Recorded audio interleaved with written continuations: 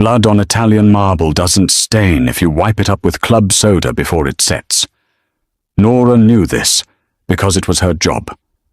She wasn't a cartel assassin or a mob enforcer. She was a housekeeper. Keeping her head down and her mouth shut, paid $40 an hour cash. But tonight her boss didn't need her to scrub away the sins of his syndicate. He needed something far more dangerous. He needed a wife. Dust motes danced in the late afternoon sun, streaming through the floor-to-ceiling windows of the penthouse. Norah pushed the microfiber cloth across the mahogany credenza. She didn't look at the skyline. The skyline belonged to people who owned things. Norah only cleaned them. Footsteps echoed in the foyer. Heavy, uneven. Gabriel Falco dropped his suit jacket onto a mid-century modern chair Norah had just lint-rolled. He didn't notice.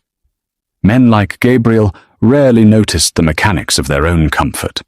He loosened his silk tie, yanking it until the knot gave way, and poured 2 fingers of scotch from the crystal decanter on the bar cart. Norah kept dusting. Rule number 1 of working for a man who imported unregulated shipping containers through the docks: be furniture. Be invisible. Gabriel downed the scotch. He rubbed the bridge of his nose. Did the dry cleaner drop off the velvet suit? In your closet, Mr. Falco. Norah said, her voice flat-practiced. Left side. Wrapped. He grunted. He poured another drink slower this time. The ice clinked against the glass. The sound was loud in the cavernous room. Norah moved to the coffee table, gathering empty espresso cups from his morning meetings. Meetings that involved men with broken noses and custom tailoring. Cancel the dinner reservation for tomorrow, Gabriel said suddenly. Done. He turned to face her. He looked awful. The sharp, aristocratic angles of his face were blurred by exhaustion.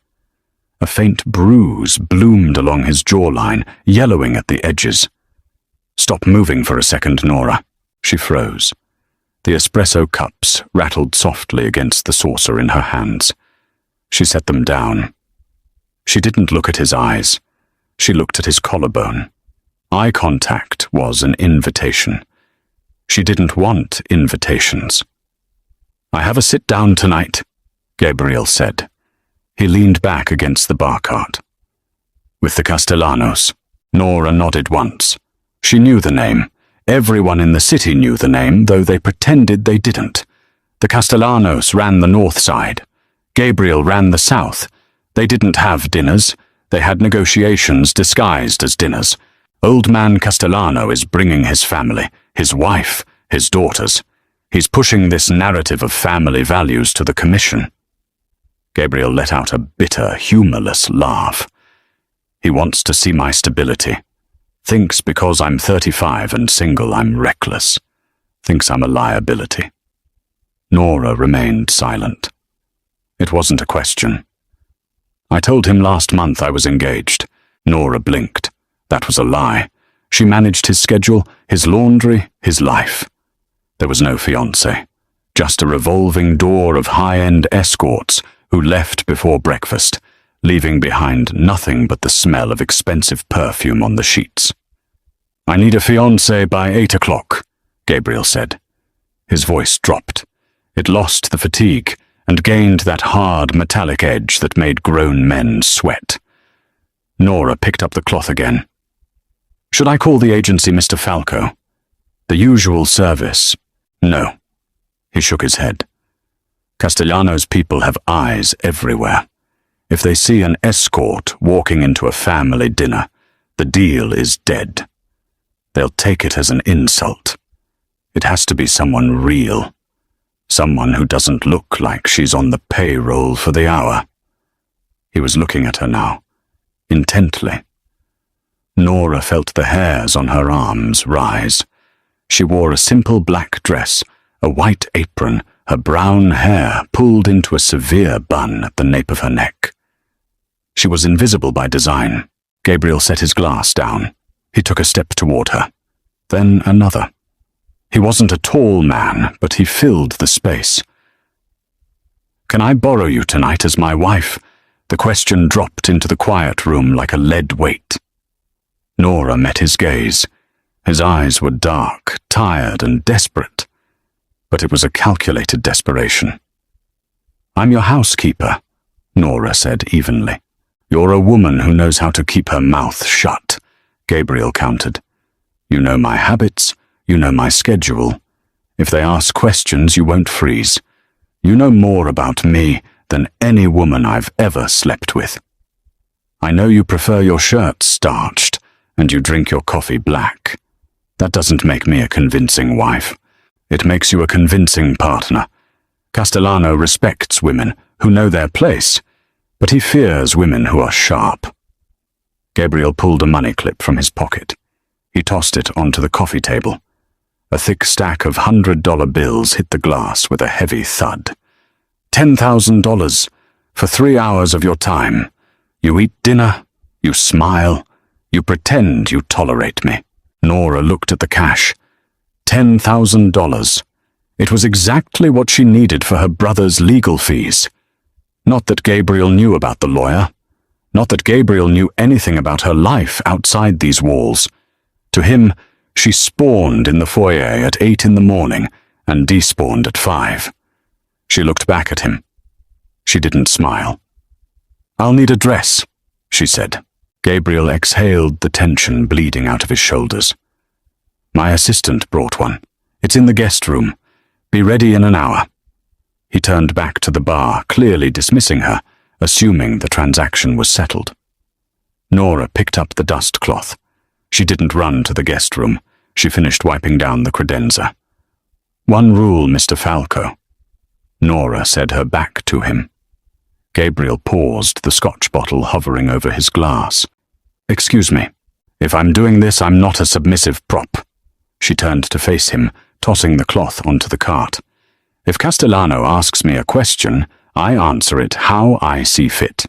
You don't interrupt me, and you don't correct me in front of them. If we're a team, we act like one. Otherwise, keep your money." Gabriel stared at her. For a long moment, the air in the penthouse felt dangerously thin. Then the corner of his mouth twitched upward. Not quite a smile, but an acknowledgement. "Get dressed, Norah." The dress was a weapon. Norah stood in front of the full-length mirror in the guest suite. The garment was midnight blue silk, cut with a dangerous understanding of female anatomy.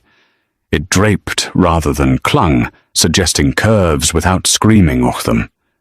It was modest enough for an old-school mob boss, but expensive enough to command respect. She pulled her hair out of its severe bun, letting it fall in thick, loose waves over her shoulders. She applied makeup from the vanity set, provided just enough to sharpen her cheekbones and darken her lashes. She didn't look like Norah the housekeeper anymore. She looked like a woman who could hold her own in a room full of wolves, which she reminded herself was precisely what she was about to do. She stepped into the black stiletto heels. They pinched immediately. Wealth always seemed to come with a mild underlying discomfort. When she walked back into the living room, Gabriel was waiting. He wore a dark charcoal suit, tailored to an inch of its life. He looked up from his phone as she entered. He didn't gasp. He didn't offer a cheesy compliment. His eyes simply swept over her, cataloguing the change, assessing her viability for the task ahead. A brief nod was his only concession. "The coat is by the door," he said. Downstairs, a black Maybach idled at the curb. The driver, a hulking man named Paulie, opened the door. Paulie looked at Norah, blinked twice in rapid succession, but said nothing as she slid into the leather seats. Gabriel climbed in beside her. The cabin smelled of old money and leather polish. The privacy partition rolled up with a soft hum. "The narrative," Gabriel began, his voice low, "all business, is that we met 6 months ago at a charity gala. I was bored. You spilled champagne on my shoes. I demanded you pay for them. You told me to bill you. I liked your nerve." Norah looked out the tinted window at the blurring city lights. A bit cliché, isn't it? Cliché works. People don't question cliché because it's familiar. Gabriel adjusted his cuffs. You are from upstate. Your parents are retired. You run a boutique consulting firm. What kind of consulting? Financial. It explains why you aren't intimidated by money. And if they ask for specifics, you tell them you signed NDAs and can't discuss your clients. Norah turned her head to look at him. You've thought this through. I pay people to think it through, he corrected. Your name is still Norah. It's easier to remember. My ring. He reached into his pocket and pulled out a velvet box. He flipped it open. Nestled in the black silk was a diamond. It wasn't a gaudy, obnoxious rock. It was an emerald-cut stone, flawless and blindingly clear set in simple platinum. It was the kind of ring that whispered wealth rather than shouting it. He reached for her left hand. Norah didn't pull away, but her fingers were stiff. Gabriel's hands were warm, calloused along the ridges of his palms. He slid the ring onto her finger. It fit perfectly. Lucky guess, she asked, looking at the stone catching the streetlights. I notice things, Norah, he said quietly. You wear a silver band on your right thumb. I know the diameter. It wasn't hard to calculate. She looked up at him, surprised.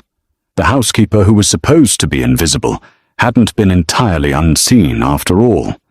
The car slowed, turning onto a private drive, flanked by wrought iron gates. They were pulling up to an estate in the hills.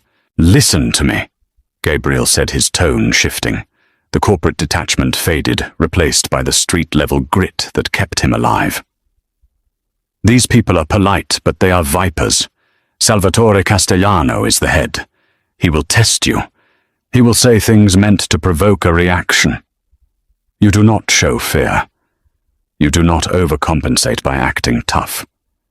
You act like you belong there, like you own half the air in the room. And his family, his wife Rosa. She will judge your manners. His sons Dom and Frankie will try to intimidate you. Ignore them. They're blunt instruments. The one you watch out for is his daughter Isabella. She handles their legitimate businesses. She's smarter than her brothers and twice as mean. The Maybach rolled to a smooth stop beneath a sprawling stone portico. Valets in crisp uniforms stood ready. Are we clear? Gabriel asked. Perfectly, Norah said. He looked at her for a long second. You're shaking. It's cold, she lied. Her voice didn't waver. Right. Gabriel opened his door. Showtime. Norah stepped out of the car. The night air was crisp, carrying the scent of pine and expensive cigar smoke. Gabriel came around the back of the car and offered his arm. Norah slipped her hand through the crook of his elbow. The fabric of his suit was rough, but his arm beneath it was solid iron. She took a breath, locking away the housekeeper, locking away the debts, and the grim reality of her real life. They walked up the wide stone steps to the heavy oak double doors. Before Gabriel could even knock, the doors swung inward, revealing a cavernous, chandelier-lit foyer. A man stood in the center. He was older, thick around the middle, with a face carved from weathered stone and eyes like chips of flint. Salvatore Castellano. Gabriel! The old man boomed, his voice echoing off the marble. He spread his arms in a gesture of fake warmth. And this must be the girl who finally put a leash on the wolf. Gabriel smiled, a tight, predatory thing. Salvatore. Meet my fiancée Norah. Castellano's flinty eyes shifted to Norah. They moved up and down, a blatant, invasive appraisal. Norah didn't shrink back. She met his gaze, her chin tilted up just a fraction of an inch, and held it until the old man was the first to blink. A pleasure, Mr. Castellano. Norah said, her voice smooth as glass. Though I wouldn't call it a leash, more of an understanding. Gabriel's arm stiffened beneath her hand. Castellano's eyebrows shot up. A heavy silence fell over the foyer. Norah had just thrown out the script. Salvatore threw his head back and laughed. It was a loud, grating sound that bounced off the marble pillars, utterly devoid of genuine amusement. He clapped a heavy hand on Gabriel's shoulder, his rings biting into the fine wool of the suit. An understanding, Salvatore repeated, his gaze lingering on Norah just a fraction too long. I like that. She's got a spine, Falco. You need that. A man in your position needs someone who won't snap in the wind. Gabriel's smile didn't falter, though the muscles in his jaw locked. She holds her own, Salvatore. Always has. They moved from the foyer into a dining room that felt less like a place to eat and more like a medieval feasting hall. Heavy mahogany crimson drapes and a chandelier that looked like it weighed more than the Maybach parked outside. Norah took a seat. Gabriel sat to her right.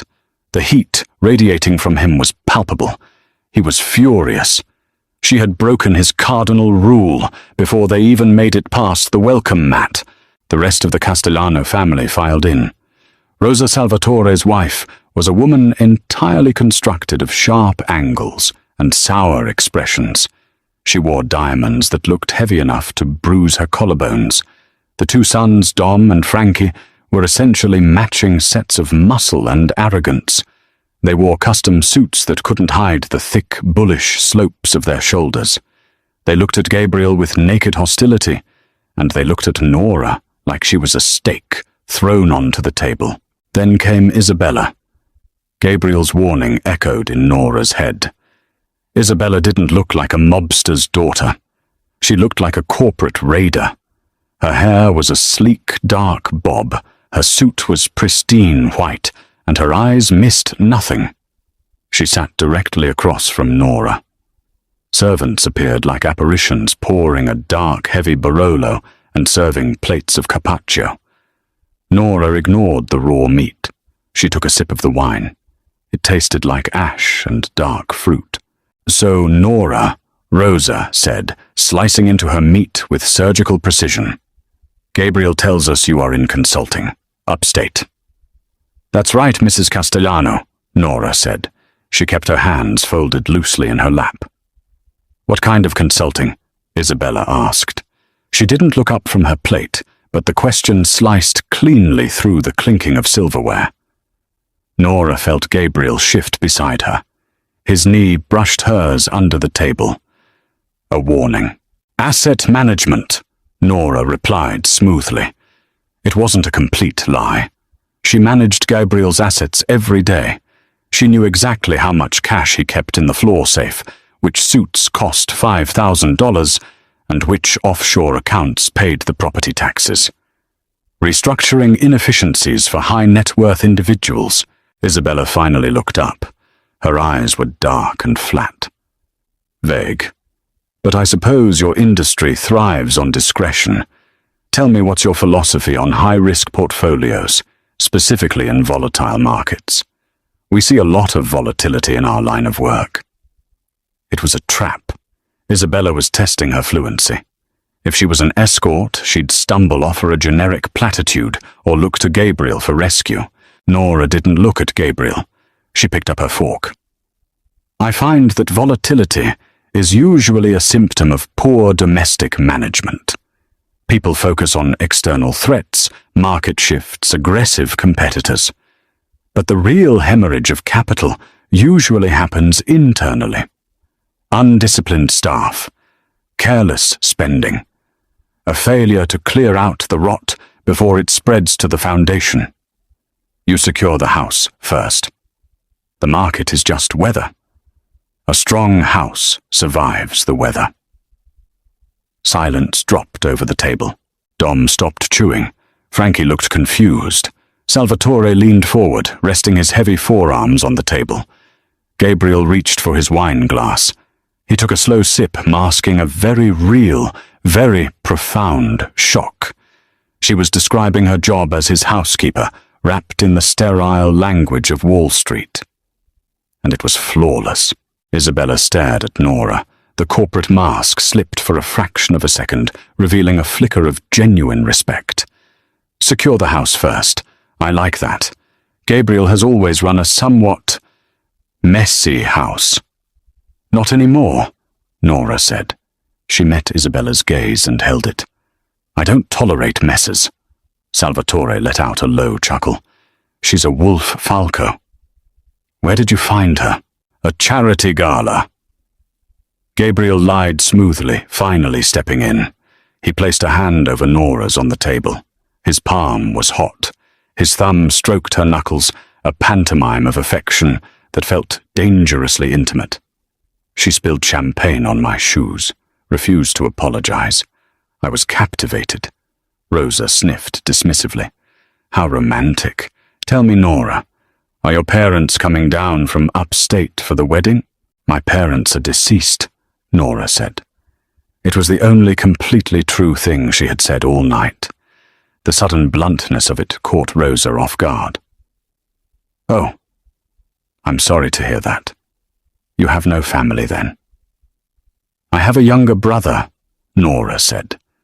The thought of Leo sitting in a county holding cell waiting for a lawyer they couldn't afford sent a sharp spike of adrenaline through her chest. She clamped down on it. He's currently out of the country. Well, Salvatore raised his glass. When you marry a falco, you marry his world. You inherit his enemies, his debts, and his risks. You understand this, girl? I understand. Risk Mr. Castellano. Norah picked up her glass to meet his toast. I wouldn't be sitting here if I didn't.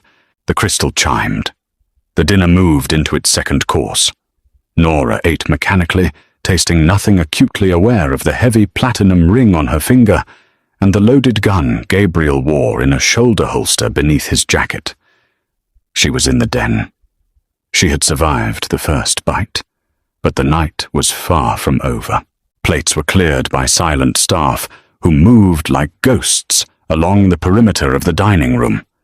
Dessert was a heavy espresso and tiramisu that no one touched. The pleasantries were over. The air in the room had shifted, growing thick and suffocating. Salvatore leaned back in his chair, lighting a thick cigar. He didn't offer one to Gabriel. It was a calculated slight. The South Docks, Salvatore said, blowing a cloud of thick blue smoke toward the ceiling. I hear you're having union trouble, Gabriel. Containers sitting, shipments delayed. Bad for business, bad for the city. Gabriel's expression remained perfectly neutral. A minor administrative delay. It's being handled. Is it? Dom sneered from across the table. It was the first time he had spoken. His voice was thick, grating. Because we heard your foreman took a sudden permanent vacation. The new guy doesn't seem to know how to stamp the paperwork fast enough. Gabriel didn't look at Dom. He kept his eyes on Salvatore. You don't argue with the dog when the master holds the leash. The paperwork will be stamped by Tuesday. My supply lines are secure. Salvatore tapped his cigar over an ashtray. Stability, Gabriel. It's what keeps the federales off our backs. It's what keeps the money moving. When a man is unanchored, his business gets sloppy. For a long time, you've been a lone operator. It makes the commission nervous. It makes me nervous. The old man's eyes shifted to Norah. The flinty gaze turned heavy, probing. A wife changes things, Salvatore continued softly. It gives a man something to lose. It makes him think twice before starting a war over a delayed shipping container. A man with a family negotiates. A man with nothing burns the house down. He leaned forward. Are you going to keep him from burning the house down, Norah? It wasn't a question about her influence. It was a threat. Salvatore was telling Gabriel that Norah was now a target on the board. Gabriel's posture changed. It was a microscopic shift, a tightening of the shoulders, a slight lean forward, but Norah felt it. The corporate veneer cracked, and the street boss bled through. Norah doesn't manage my business, Salvatore, Gabriel said. His voice was quiet, but it commanded the room. She manages me. My business is my own, and the South Docks remain mine. If the Commission is nervous, they can audit the books. They'll find profits are up 12% this quarter. Isabella smirked into her espresso cup. Dom looked like he wanted to reach across the table. 12%, Salvatore mused. He studied Gabriel, then looked back at Norah. He seemed to reach a conclusion. The heavy, oppressive tension in the room suddenly dissipated, evaporating like smoke out an open window. Salvatore smiled. Well, it seems you found yourself a sharp one, Falco. Bring her to the christening next month. Rosa will send the invitation. It was an approval. The deal was safe. Gabriel had passed the test. 10 minutes later, they were walking back down the stone steps to the idling Maybach. The crisp night air hit Nora's face, and she suddenly realized she was covered in a cold sweat. Her knees felt weak, the adrenaline rapidly leaving her system and leaving exhaustion in its wake. Paulie opened the door. They climbed in. The heavy doors shut, sealing them in the quiet, leather-scented cocoon. The partition rolled up immediately. The car began to move down the winding driveway. For 3 long minutes, neither of them spoke. The silence was deafening. Gabriel unbuttoned his jacket. He loosened his tie, mirroring the exact motion he had made hours ago in the penthouse, but the energy was entirely different. He turned his head to look at her. The streetlights flashed through the tinted windows, illuminating the sharp planes of his face in staccato bursts. "You didn't stick to the script," he said. His voice was low, rough around the edges. Norah kept her eyes on the partition in front of them. "Your script was flawed. If I acted like a submissive prop, Isabella would have eaten me alive, and Salvatore wouldn't respect you for marrying a weak woman. He respects power. I told you not to engage them. You paid me $10,000 to make you look stable. I delivered." She finally turned to look at him. "Do you want the ring back now, or when we get to the penthouse?" Gabriel didn't look at her hand. He kept his eyes locked on hers. There was a strange intensity in his gaze, something searching and deeply unsettled. "You lied to Isabella about the asset management. But it didn't sound like a lie." "It wasn't," Norah said tiredly. She leaned her head back against the leather seat, too exhausted to keep her guard up. "I just described cleaning your apartment. You leave cash in the floorboards, you throw out $3,000 suits because they have a coffee stain, and your staff steals your scotch. You bleed capital internally. I secure the house. It's the same principle, just different tax brackets." Gabriel stared at her. A heavy, pregnant silence filled the cabin.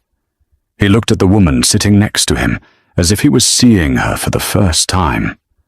Not the housekeeper in the white apron, not the fake fiancée in the blue silk, but the actual woman beneath it all. Sharp, unflinching, desperate enough to take his money, but proud enough to play the game her own way. "Your brother," Gabriel said quietly. Norah stiffened. Her heart gave a hard, painful thump against her ribs. "What?" "At the table. You said he was out of the country. Your pulse spiked. I saw it in your neck." Gabriel shifted closer on the seat. "Where is he, Norah?" She swallowed hard. The deal was over. She had survived the Castellanos. She didn't need to survive Gabriel Falco's interrogations. "That is none of your business, Mr. Falco. The job is done." "Where is he?" Gabriel repeated his voice, dropping a register, losing the boss tone, and finding something dangerously close to human concern. Norah closed her eyes. The exhaustion finally won. "County lockup," she whispered to the dark interior of the car. "Aggravated assault. He got into a fight with a loan shark. I needed the 10 grand for his retainer." Gabriel didn't say anything. He didn't offer pity. Men like him didn't deal in pity. They dealt in leverage. But when he finally spoke, his words sent a cold shiver down her spine. "Keep the ring on, Norah. The job isn't done." "What do you mean the job isn't done?" Norah's voice was sharp, cutting through the heavy silence of the Maybach. She tried to pull her hand away, but the platinum ring felt suddenly like a handcuff. Gabriel didn't move. He kept his eyes locked on the partition separating them from Paulie. "Salvatore invited us to the christening. That wasn't a polite social grace, Norah. It was a summons. If I show up next month without you, he knows this was a stunt. He knows I lied to his face at his own dinner table. Then tell him we broke up. Tell him we had a fight. People break up, not when they just closed a multi-million-dollar shipping negotiation based on their newfound stability," Gabriel countered. His tone was infuriatingly calm, stripped of the street-level tension he'd shown at the estate. He was back in the boardroom. "Castellano is paranoid. If you vanish tomorrow, he won't assume a bad breakup. He'll assume a setup. He'll put his men on you. They will find out you're my housekeeper, and they will find out about your brother." Norah's stomach plummeted. The faint trace of the expensive wine she'd sipped turned to battery acid in her throat. "Leave Leo out of this." "I am trying to," Gabriel said, turning to finally look at her. "But you just told me he assaulted a loan shark. Loan sharks in this city don't operate in a vacuum. They kick up to someone. If he's sitting in county, he's a sitting duck. He won't make it to trial. You know this." She did know it. It was the terrifying, cold reality that had kept her awake for 3 straight nights, scrubbing Gabriel's baseboards with a toothbrush just to keep her hands moving. Leo was 22, reckless, and drowning in debts he'd taken on to pay for their mother's hospice care 2 years ago. He was a kid playing in a shark tank, and he had finally been bitten. "I have the 10,000, Norah said. Her voice trembled, betraying the iron grip she was trying to keep on her composure. "I can pay his retainer. I can get him a lawyer. 10,000 gets you a public defender who bought a slightly better suit," Gabriel said bluntly. "It doesn't get you a fixer.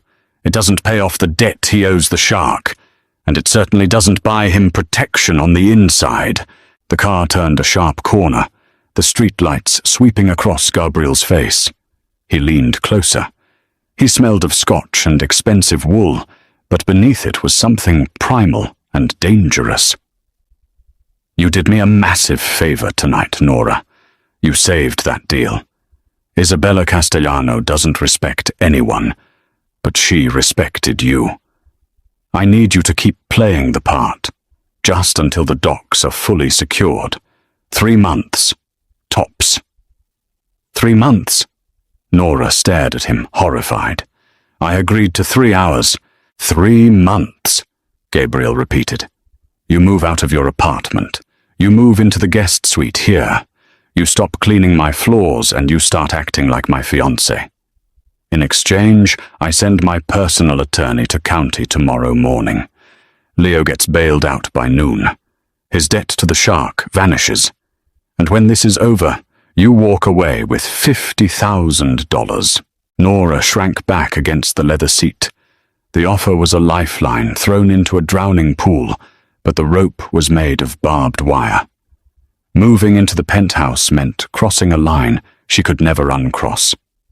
She would be sleeping under the same roof as a man who ordered violence with his morning espresso.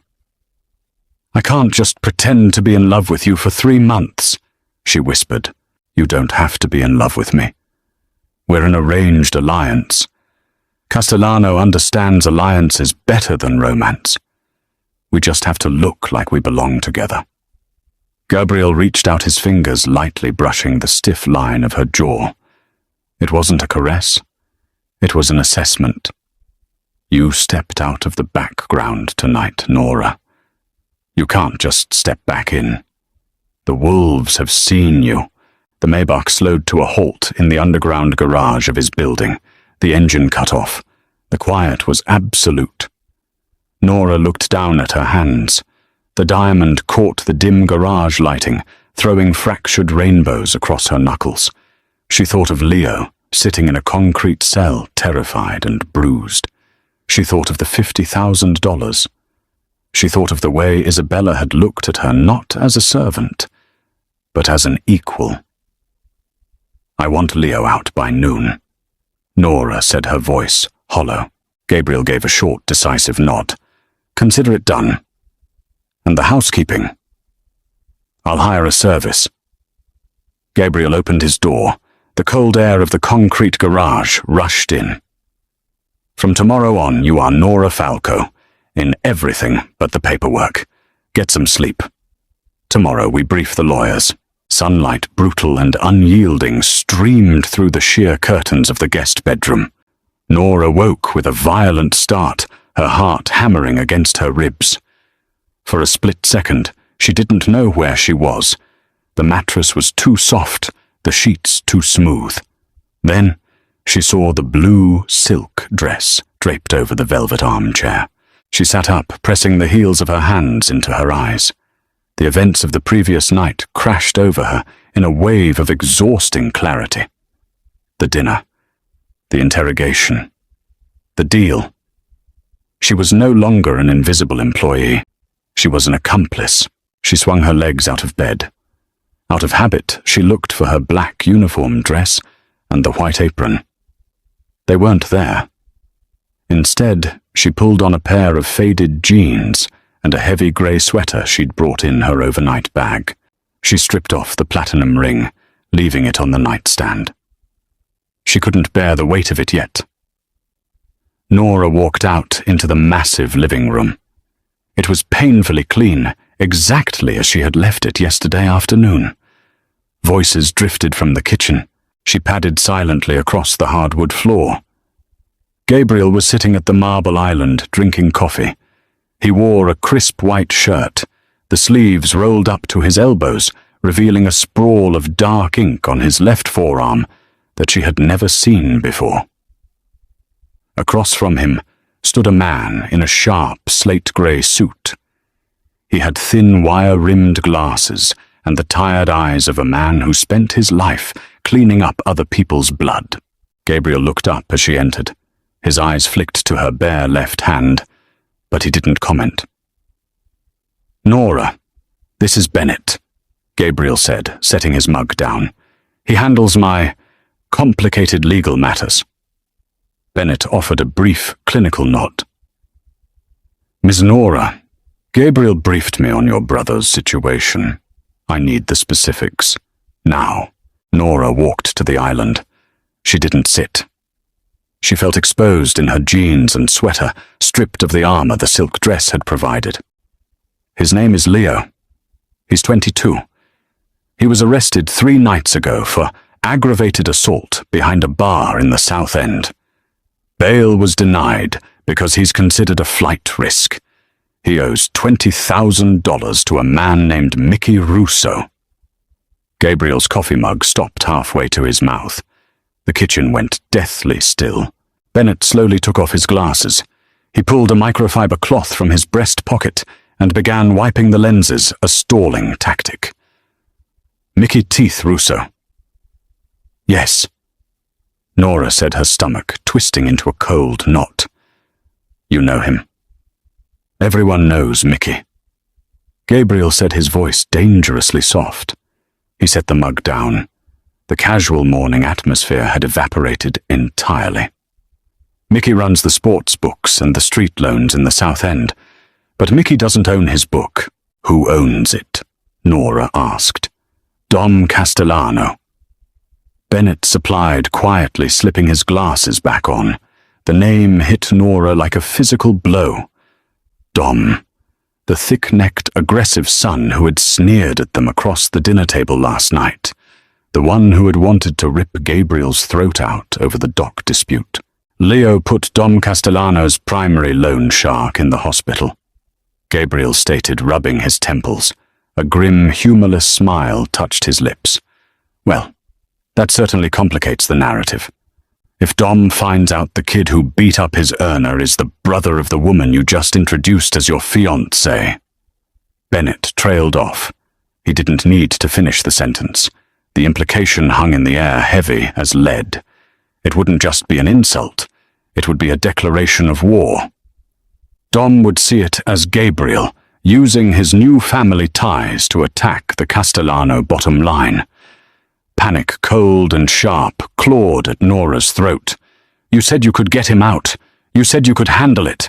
I can, Gabriel said, his eyes snapping to hers, hard and resolute. But the playbook just changed. Bennett, you don't go down there as my lawyer. Dom has guys watching the courthouse. If they see my fixer bailing out the kid who hit Mickey, the guns come out. Agreed, Bennett said, snapping his briefcase shut. I'll use a shell firm. An independent contractor. We post bail anonymously through a third-party bondsman. Once the kid is out, we move him. Fast. He can't go back to his apartment. Put him in the safe house, in the Berkshires, Gabriel ordered. Have Paulie drive him. No stops. Bennett nodded and headed for the door, his phone already pressed to his ear. Norah gripped the edge of the marble island. Her knuckles turned white. You're sending my brother away. I'm keeping him alive, Gabriel corrected, standing up. He walked around the island until he was standing inches from her. The height difference was sudden and imposing. If Mickey wakes up and puts a bounty on Leo, Dom will sanction it. If Leo is sitting in his apartment, he's dead by midnight. I need to see him, Norah demanded, her voice shaking. I need to explain this to him. You can't. Gabriel reached out his hand, hovering over hers on the counter, before pulling back. You don't exist in Leo's world anymore, Norah. If you go anywhere near him, you paint a target on his back and mine. From this second forward, you belong to me. You stay here. You play the part. You let me handle the violence. He reached into his pocket and pulled out the velvet box. He popped it open, the platinum ring gleaming inside. He set it on the marble counter between them. Put it on, Gabriel said softly. The game started last night, but the war just started today. 3 days bled into one another, marked only by the shifting light against the floor-to-ceiling windows. Norah didn't leave the penthouse. She didn't clean either. Gabriel had ordered a professional service, and watching two strangers wipe down the countertops she used to scrub felt like an out-of-body experience. She sat on the velvet sofa, wearing cashmere sweatpants that cost more than her first car-reading financial dossiers Gabriel had left on the coffee table. If she was going to play an asset manager, she needed to know his assets. Gabriel was a ghost. He left before dawn and returned long after sunset, his suits smelling of exhaust fumes and cold ocean air. The docks were bleeding his patience dry. They barely spoke. The penthouse was a gilded cage, and the silence inside it was deafening. Thursday afternoon, the secure elevator hummed. Norah looked up from a quarterly earnings report. Gabriel never came home at 2 in the afternoon. Paulie would have called if someone was being sent up. The heavy oak doors clicked open. Isabella Castellano stepped into the foyer. She wore a camel hair coat draped over her shoulders like a cape and held a silver pastry box tied with baker's twine. She didn't look like a woman dropping in for a neighborly chat. She looked like a predator inspecting a new hunting ground. Norah stood up slowly. She didn't panic. Panic was a luxury she had left behind in her cramped, leaky apartment. She smoothed the front of her sweater, hyper-aware of the heavy platinum ring on her left hand. Isabella, Norah said. Her voice was perfectly level. The doorman didn't announce you. I own the building's management company, Isabella replied lightly, slipping off her leather gloves. I don't do doormen. I hope I'm not interrupting. I brought sfogliatelle from the bakery on Arthur Avenue, my father's favorite. It was a test, a brazen, unannounced invasion to see if the happy couple actually lived together, or if Gabriel was hiding an escort in a hotel downtown. "You're not interrupting. I was just reviewing some portfolios." Norah gestured to the kitchen. "I'll make espresso." Isabella followed her dark eyes, scanning the living room. She was looking for signs of a bachelor pad. She was looking for an absence of a woman's touch. Norah walked behind the marble island. She didn't hesitate. She didn't have to search for the espresso pods or the sugar or the specific porcelain demitasse cups Gabriel kept on the highest shelf. She knew exactly where they were because she had dusted them every Tuesday for a year. She moved with the fluid, thoughtless grace of a woman who owned the kitchen. Isabella leaned against the counter, watching her intently. Gabriel has always been remarkably protective of his privacy. I've known him for 10 years, and this is the first time I've been inside his home. It's remarkably neat. "I don't tolerate clutter," Norah said, locking the portafilter into the machine. The espresso began to brew, filling the air with a dark, bitter aroma. "No, I imagine you don't." Isabella opened the pastry box, sliding a flaky ricotta-filled pastry onto a napkin. "My father was impressed by you the other night. That takes effort. He usually finds women boring unless they are serving him food or giving him grandchildren. I'm not particularly interested in doing either," Norah said, setting the cup in front of Isabella. Isabella laughed a short, genuine sound. "Good. Don't. Dom and Frankie exist to please him. I exist to keep them all out of federal prison." She took a sip of the espresso. "Speaking of my brothers, Dom has been in a foul mood this week.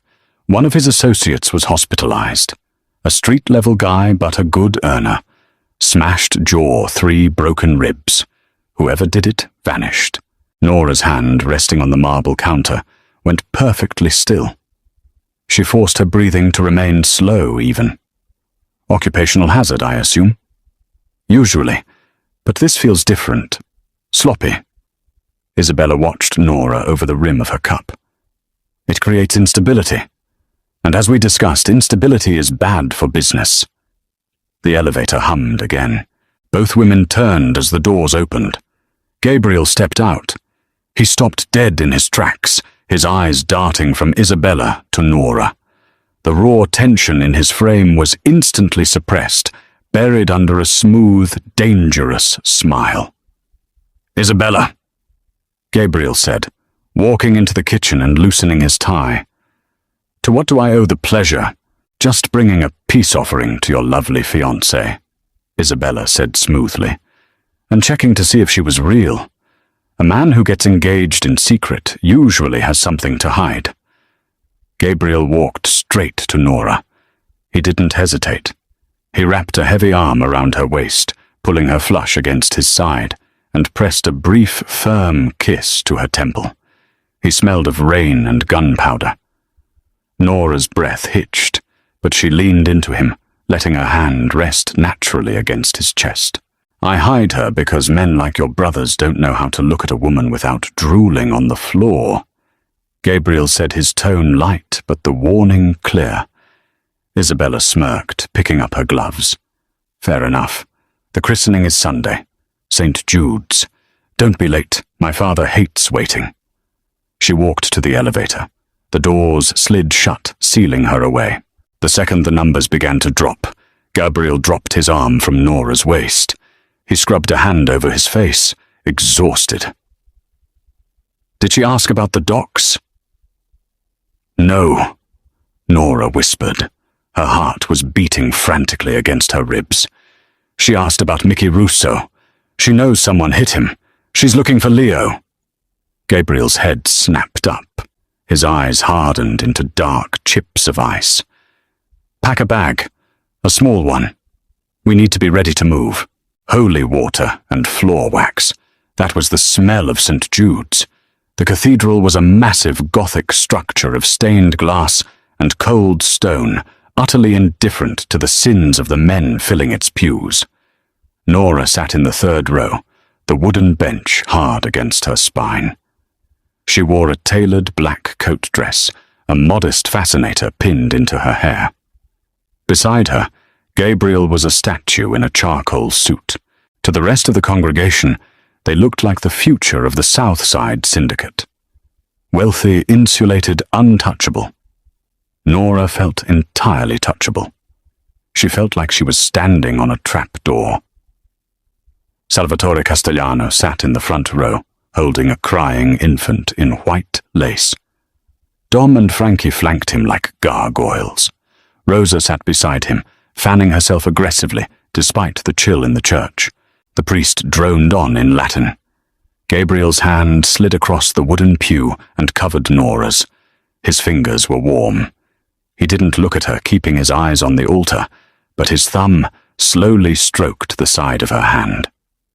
It wasn't the possessive, performative grip he had used in front of Isabella. It was a grounding anchor. "I'm here," the touch said. "Hold the line." "Bennett moved Leo," Gabriel murmured, barely moving his lips. The Latin chanting masked his voice. "He's in a cabin in the Adirondacks. No cell service. Off the grid. He's safe." Norah let out a breath she felt she had been holding for 3 days. She turned her hand over, intertwining her fingers with his. "Thank you. Don't thank me yet. Mickey woke up yesterday." The cold returned, instantly freezing the relief in her chest. "Did he give a name?" "No, his jaw is wired shut. But Dom has guys shaking down every bartender in the South End. It's only a matter of time before someone gives them a description. Keep your head up. We show no weakness today." The ceremony concluded with a chorus of amens. The congregation spilled out onto the wide stone steps of the church, blinking in the harsh midday sun. Flashbulbs popped from a hired photographer. The reception was held at an exclusive restaurant downtown, rented out entirely by the Castellanos. The air was thick with the smell of roasting garlic, expensive perfume, and violence barely kept in check. Men kissed each other on both cheeks and whispered secrets while slipping envelopes of cash to the baby's parents. Norah stood near the heavy mahogany bar, sipping sparkling water. Gabriel had been pulled into a corner booth by Salvatore and 2 other union bosses. He was negotiating. She was the display piece left to prove she wasn't a liability. "Water," a voice rasped. Not much of a celebration. Norah turned. Dom Castellano stood far too close. He smelled like sour sweat masking stale cologne. His eyes, bloodshot and erratic, dragged slowly down her dress. "I prefer to keep a clear head, Dom," Norah said evenly. She didn't step back. Stepping back was prey behavior. "A clear head," Dom mocked, leaning his heavy forearm on the bar. "That's good. Gabriel needs that. He's been slipping lately. Too many headaches on the South Docks. And now my guy Mickey gets his skull cracked by some nameless punk." Norah took a slow sip of her water. The glass was freezing against her lips. "I heard. I hope he recovers. He will. But the kid who did it won't." Dom leaned closer, his voice dropping to a gravelly whisper. "I got a description this morning. Young kid. Brown hair. Looked desperate. He left a bloody jacket behind the dumpster. Left a pay stub in the pocket." The floor seemed to drop out from under Norah.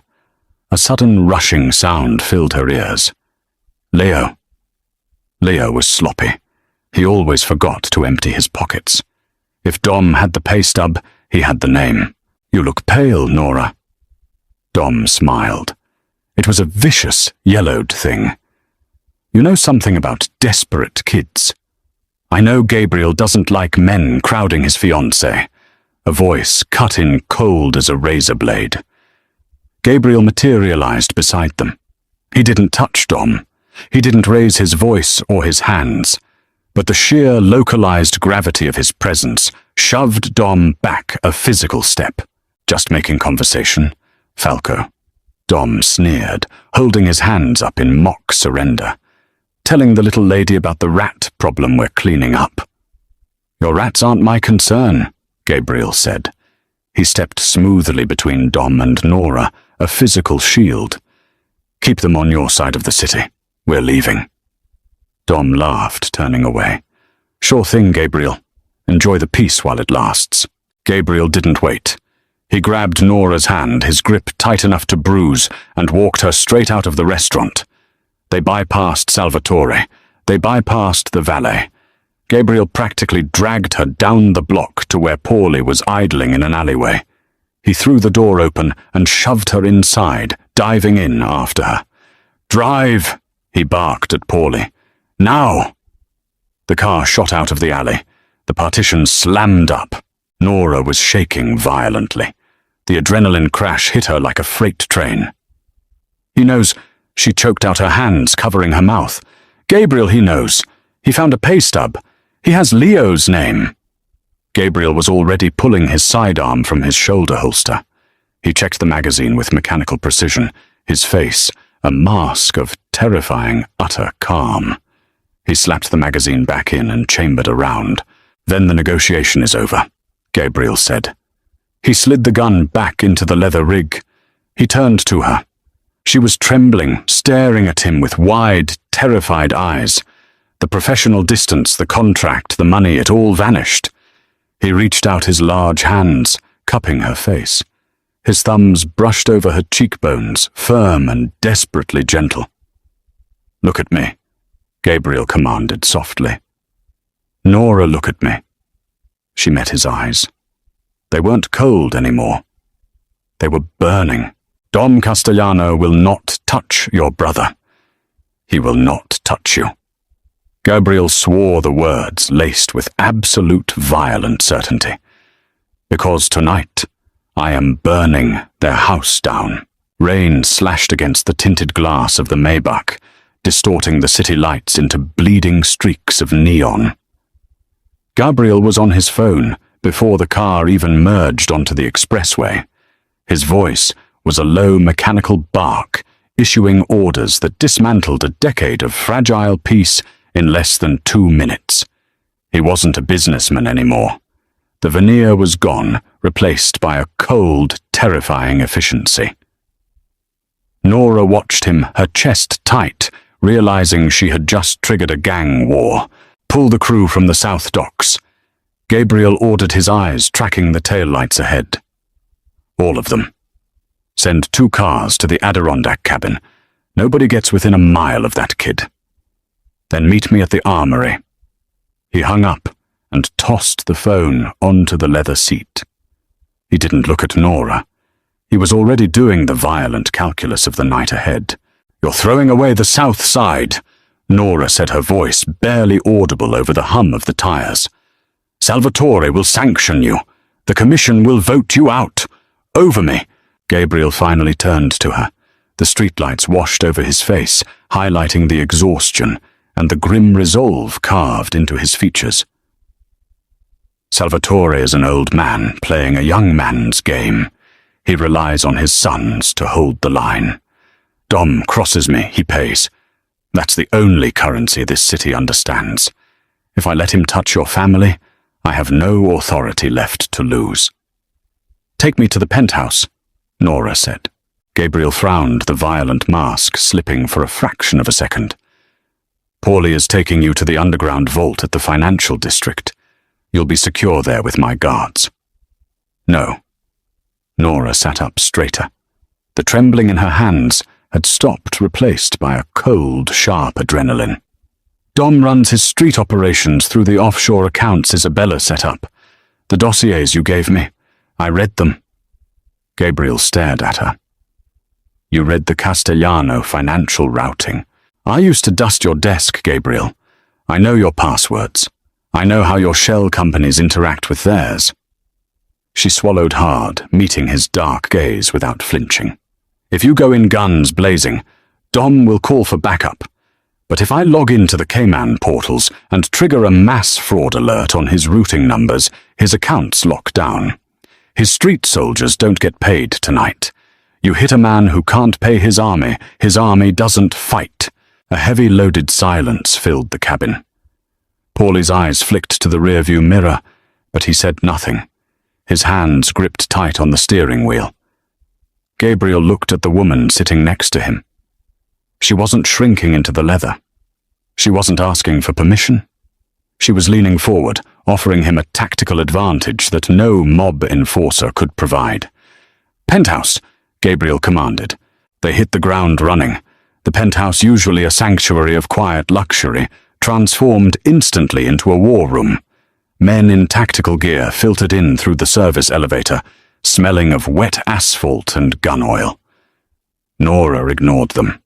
She sat at Gabriel's massive mahogany desk, his encrypted laptop open in front of her. Her fingers flew across the keyboard. She wasn't a hacker. She was an administrator. She knew how banking algorithms worked, and she knew exactly how to trigger an automated freeze. 3 minutes, she called out, over the low murmur of men loading magazines. Gabriel walked over to the desk. He wore a heavy black tactical vest over his dress shirt, the sleeves rolled up to expose the ink on his forearms. He leaned over her shoulder, watching the screen illuminate her face in the dark room. "Routing numbers flagged," Norah muttered, her eyes darting across the text. "Initiating the transfer block. They'll think it's a federal audit. The system locks for 48 hours automatically." She hit the final key. The screen flashed a green confirmation block. "Done. Dom's operational cache is frozen." Gabriel placed a heavy hand on her shoulder. He squeezed a grounding, solid pressure. "You stay away from the windows. You don't open the door for anyone but me." She turned her chair to look at him. "Come back." It wasn't a request from a housekeeper. It was a demand from a partner. Gabriel leaned down, his face inches from hers. He didn't kiss her. He rested his forehead against hers for a fleeting, desperate second, anchoring himself to her gravity. Always. The apartment emptied. The silence that followed was suffocating. Norah sat in the dark for 3 hours. She didn't pace. She sat on the velvet sofa, her knees pulled to her chest, listening to the rain lash against the glass. The platinum ring on her left hand felt incredibly heavy, anchoring her to the reality of what she had done. She had crossed the Rubicon. There was no returning to $40 an hour and a quiet apartment. She was in the blood now. At 2 a.m, the heavy oak doors clicked open. Norah stood up, her heart slamming against her ribs, the breath caught in her throat. Gabriel stepped into the foyer. He was alone. The tactical vest was gone. His white shirt was torn at the collar, and a dark smear of blood stained his left sleeve, but he was walking under his own power. He looked exhausted, stripped down to the bone. Norah crossed the room before he could even close the door. She didn't hesitate. She threw her arms around his neck, burying her face against his solid chest. He smelled of smoke copper and rain. Gabriel let out a ragged breath, wrapping his arms fiercely around her waist, lifting her feet off the floor. He buried his face in her neck, holding her like she was the only real thing left in the world. "It's done," he murmured against her skin. His voice was hoarse, hollowed out. "Dom is gone. He won't be a problem for anyone ever again. Salvatore called a truce. He didn't want the war either. Not once he realized Dom was broke and isolated." Norah pulled back just enough to look at his face. She reached up her thumb, brushing a smear of dirt and blood from his jawline. "Leo, safe. Bennett is setting him up with a new identity out west. Clean slate." Gabriel caught her hand, pulling it down from his face, and pressed a long kiss to her palm. He looked down at the platinum ring resting on her finger. "The 3 months are up," Norah whispered. Gabriel met her eyes. The street boss was gone. The ruthless warlord was gone. The man standing in front of her was just a man who had burned down his own empire to keep her safe. "Only if you want them to be," Gabriel said quietly. "Keep the ring, Norah." Let me earn the right to put it there. Norah didn't take it off. She leaned up and kissed him, tasting rain and the bitter edge of survival. It was a messy, desperate kiss, sealing a contract written in blood and trust. She was his wife, and she wasn't pretending anymore. What a wild, explosive finale. Gabriel proved he isn't just a ruthless syndicate boss. He's a man who will risk his entire empire to protect the woman he loves. Norah stepped completely out of the shadows, using her brilliant mind to lock down Dom's operation and save her brother's life. They started as a desperate business transaction, but they ended as true equal partners in a dangerous world. If you loved this intense, grounded Mafia romance, smash that like button right now. Share this video with your fellow romance fans and subscribe